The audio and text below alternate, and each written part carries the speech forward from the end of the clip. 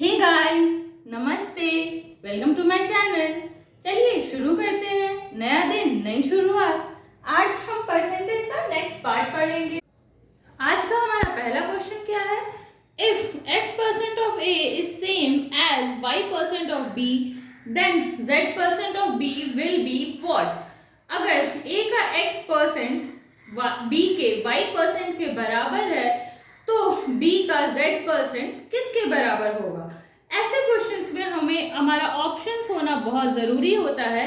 Option से हमारे answer निकालना इजी हो जाता है, हमारा सॉल्यूशन बनाना इजी हो जाता है, उस क्वेश्चन को सॉल्व करना आसान होता है। ठीक है, तो इसके चलिए हम ऑप्शंस देखते हैं क्या क्या है।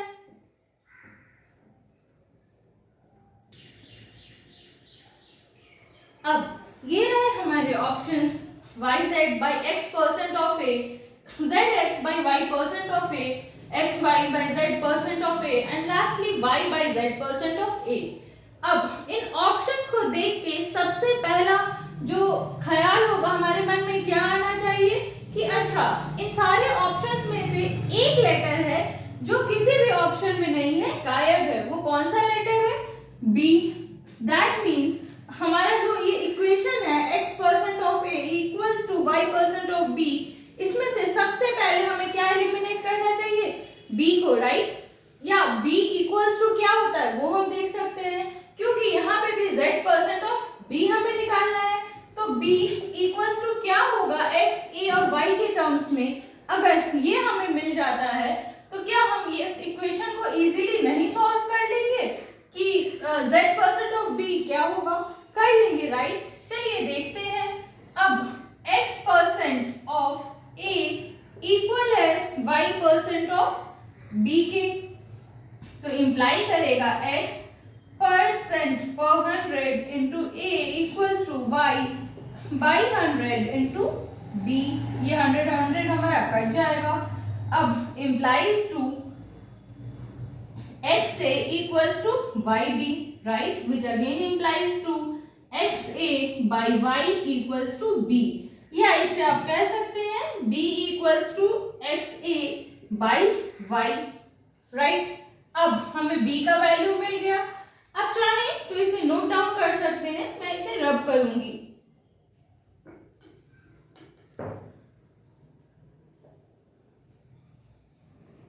ओके, तो b इक्वल्स टू क्या था? b equals to x a by y, right? अब हमें क्वेश्चन में क्या पूछा है कि z% ऑफ b, तो अब क्या हम b के जगह पे एक्स ए बाई वाई नहीं लिख सकते हैं? लिख सकते हैं, राइट? तो z% ऑफ b इक्वल हो जाएगा z% of x a by Y.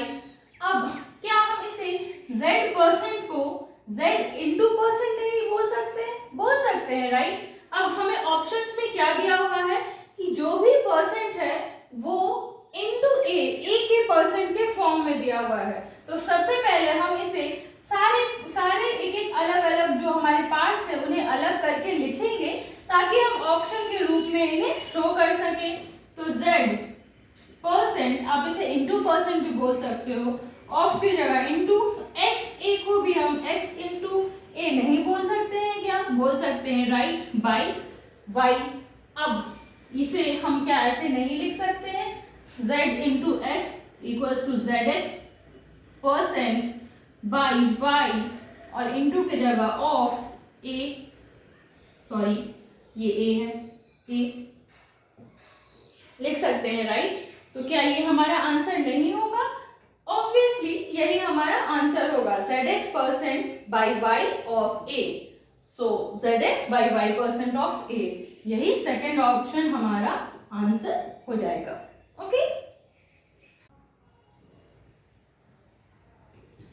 हमारा नेक्स्ट क्वेश्चन क्या है? 31% of employees pay tax in the year 2008। Non tax paying employees are 20,700। The total number of employees is what?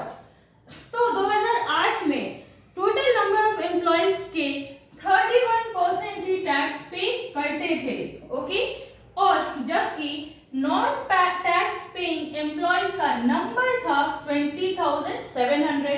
अब एक हमें percent में और दूसरा नंबर में, और हमसे पूछ क्या रहा है, the total number of employees. ठीक है, अब एक और चीज मैंने बताई है कि पर्सन के केस में जो टोटल है वो हम किससे मेजर करते हैं, तो क्या उसे हम 100% से नहीं रिप्रेजेंट कर सकते हैं? कर सकते हैं, राइट। तो हम टोटल नंबर ऑफ एम्प्लॉयज हमारा क्या हो जाएगा, 100%, अगर हम परसेंट के रूप में उसे रिप्रेजेंट करें तो। अब नॉन टैक्स पेइंग एम्प्लॉयज का परसेंटेज कितना हो जाएगा, तो टोटल 100% है, टैक्स पेइंग का 31% है, तो नॉन टैक्स पेइंग का कितना हो जाएगा, तो 100% माइनस 31% इक्वल्स टू 69%, राइट। अब ये 69% हमारे नॉन टैक्स पेयर्स हैं, और नॉन टैक्स पेयर्स का नंबर कितना है, 20,700, करेक्ट। तो 1% इक्वल्स टू कितना हो जाएगा, ये 69% क्या है, तो 69% ऑफ टोटल एम्प्लॉयज, राइट। जो भी परसेंट होगा, जैसे यहाँ 31% है, तो 31% ऑफ एम्प्लॉयज ही ना है जो कि टैक्स पे करते हैं, वैसे ही 69% ऑफ टोटल एम्प्लॉयज ही ना है जो नॉन टैक्स पेयर्स है, और उनका नंबर 20,700 है। तो 1% ऑफ एम्प्लॉयज क्या हो जाएगा, according to unitary method 20,700 by 69 होगा, राइट।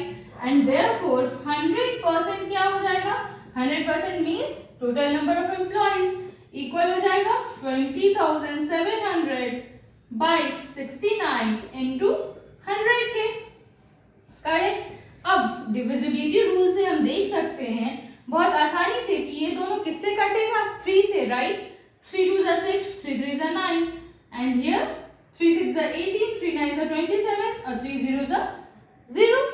अब ये 3 3 9, 3 2 6, तो 23 इंटू 3 इक्वल्स टू 69, और हमारा यहाँ इसका इक्वेट करने पे हमारा आंसर क्या होगा, तो 30,000, करेक्ट। दैट मीन्स यही जो 30,000 है ये हमारा टोटल नंबर ऑफ एम्प्लॉयज है।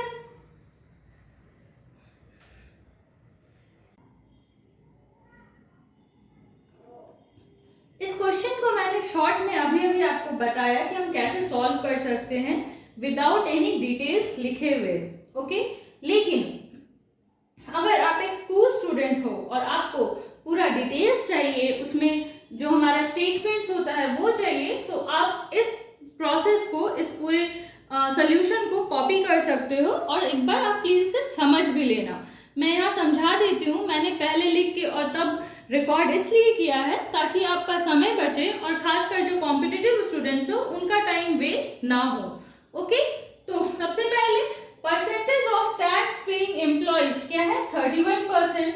So percentage of non tax paying employees क्या हो जाएगा, 100% माइनस 31% इक्वल्स टू 69%। हाँ, आपको total number of employees equals to 100% लिखने की जरूरत नहीं है, वो ऑटोमेटिकली अज्यूम्ड है कि टोटल 100% ही होता है, ठीक है। Now number of non tax paying employees equals to कितना है, 20,700, thus 69% ऑफ टोटल एम्प्लॉयज 20,700 हो जाएगा, क्योंकि percentage of non tax paying employees 69% था and number of non tax paying employees 20,700 था, और ये जो परसेंटेज है वो क्या, किनका परसेंट है, तो 31% of employees, total number of employees का ही परसेंटेज है ना, इतने टैक्स पेयर्स हैं और इतने नॉन टैक्स पेयर्स हैं, तो that means 69% of total employees 20,700 हो जाएगा। तो 1% कितना होगा, तो 20,700 बाय 69, एंड देयरफॉर 100% कितना होगा, तो 20,700 बाय 69 इंटू 100, और वो सॉल्व होके 30,000 हो जाएगा। लास्ट फ्रेम में मैंने क्लियरली सॉल्व करके दिखाया है, यहाँ मैं नहीं कर रही हूँ क्योंकि स्पेस मेरे पास थोड़ा कम है। Therefore, total number of employees equals to 30,000, okay. और हाँ, अगर आप में से किसी को डिविजिबिलिटी रूल्स में इश्यूज है तो प्लीज उन्हें, मैं उन पे भी वीडियो मैंने बना रखा है, आप उन्हें अच्छे से समझें और याद कर लें, क्योंकि आगे चल के आपको बहुत काम आने वाला है। अगर आप एक स्कूल स्टूडेंट हो तो भी आपको आना चाहिए, अगर कॉम्पिटिटिव एग्जाम्स के लिए प्रिपेयर कर रहे हो तो भी आपके डिविजिबिलिटी रूल्स पक्के होने चाहिए, ताकि आपका समय बच सके। ओके, हमारा नेक्स्ट क्वेश्चन क्या है? 498 is 17% less than which number?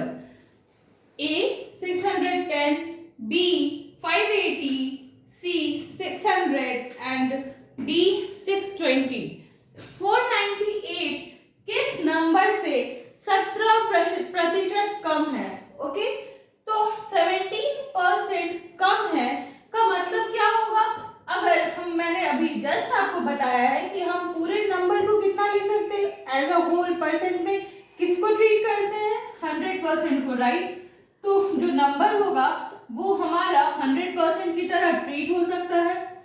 Okay, तो 17% इससे कम है, इसका मतलब क्या हुआ कि ये जो 498 है वो हमारा 83% है। किसका? तो इस नंबर का, राइट? ठीक है, तो अब हम बोल सकते हैं, मान सकते हैं कि let the number be x। ठीक है, अब 17% x से 498 कम होगा, इसका मतलब हुआ कि 498 83% होगा x का।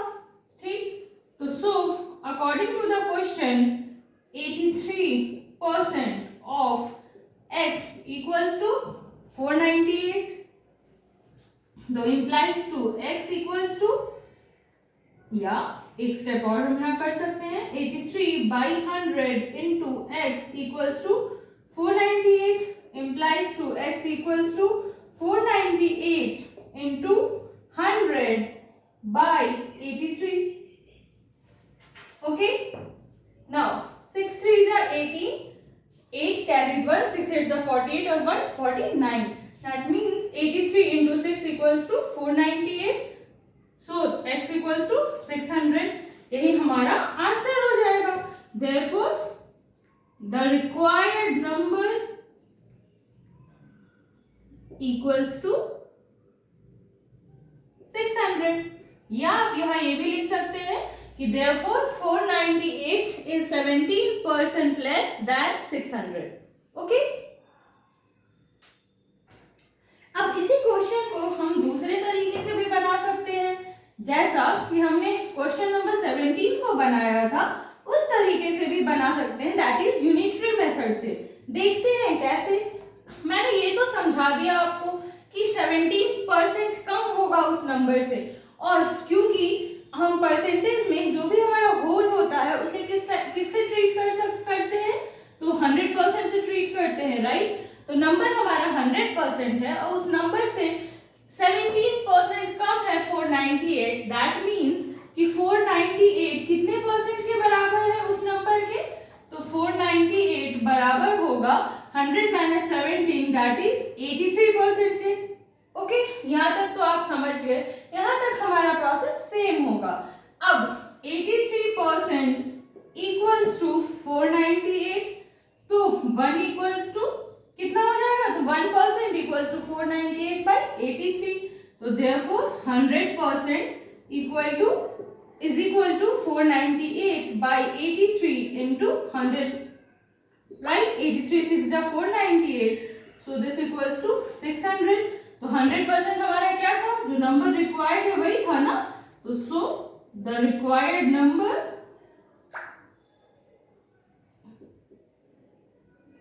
Equals to 600। यही 600 हमारा आंसर हो जाएगा। आप यहाँ पे ये भी लिख सकते हैं, सो 1% इक्वल्स टू 498/83, तो देयरफॉर 100% इक्वल्स टू 498/83 into 100। ठीक है, ओके। हाँ, अगर आप कॉम्पिटिटिव एग्जाम्स के लिए कर रहे हो तो आपको इतना करने की जरूरत ही नहीं है, आप सीधे देख के आपको आना चाहिए कि 100 माइनस 17 इक्वल्स टू 83 होता है, और 83% क्योंकि 498 के बराबर है तो 100% यानी टोटल हमारा कितना होगा? तो आपको डायरेक्टली यहाँ लिखना चाहिए 498/83 into 100% के बराबर होगा, जो भी इक्वल होगा 600 के, और ये आंसर निकल जाना चाहिए, क्योंकि कॉम्पिटिटिव एग्जाम्स में स्पीड इज वेरी इंपॉर्टेंट।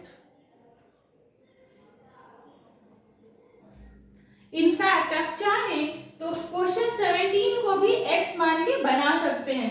उसमें टोटल नंबर ऑफ एम्प्लॉयज पूछा था ना, तो उसमें अगर आप टोटल नंबर ऑफ एम्प्लॉयज को let the total number of employees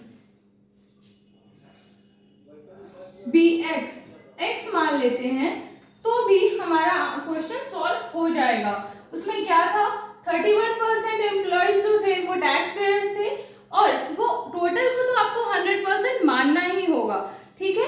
तो टोटल हम परसेंट में होता ही है कि जो भी टोटल होता है उसे हम 100% से रिप्रेजेंट करते हैं, राइट। तो टोटल एम्प्लॉयज हमारा 100%, टैक्स पेयर का जो परसेंटेज है वो 31%, तो नॉन टैक्स पेयर्स का परसेंटेज क्या हो जाएगा, percentage of non tax payers equals to कितना था, तो 69%, राइट। 100% माइनस 31%, ये कहां से आया, तो 100% माइनस 31% से, ओके। तो so according to the question क्या हो जाएगा, क्योंकि total number of employees x है तो 69% ऑफ x इक्वल्स टू जो number of non tax payers था वो हमारे क्वेश्चन में दिया हुआ था 20,700, राइट। तो अब इसे सॉल्व कर देना है, 69/100 इंटू x इक्वल्स टू 20,700, तो therefore x equals to 20,700 into 100/69, ये कटेगा तो 300 आएगा इक्वल्स टू 30,000। यही हो जाएगा हमारा टोटल नंबर ऑफ एम्प्लॉयज।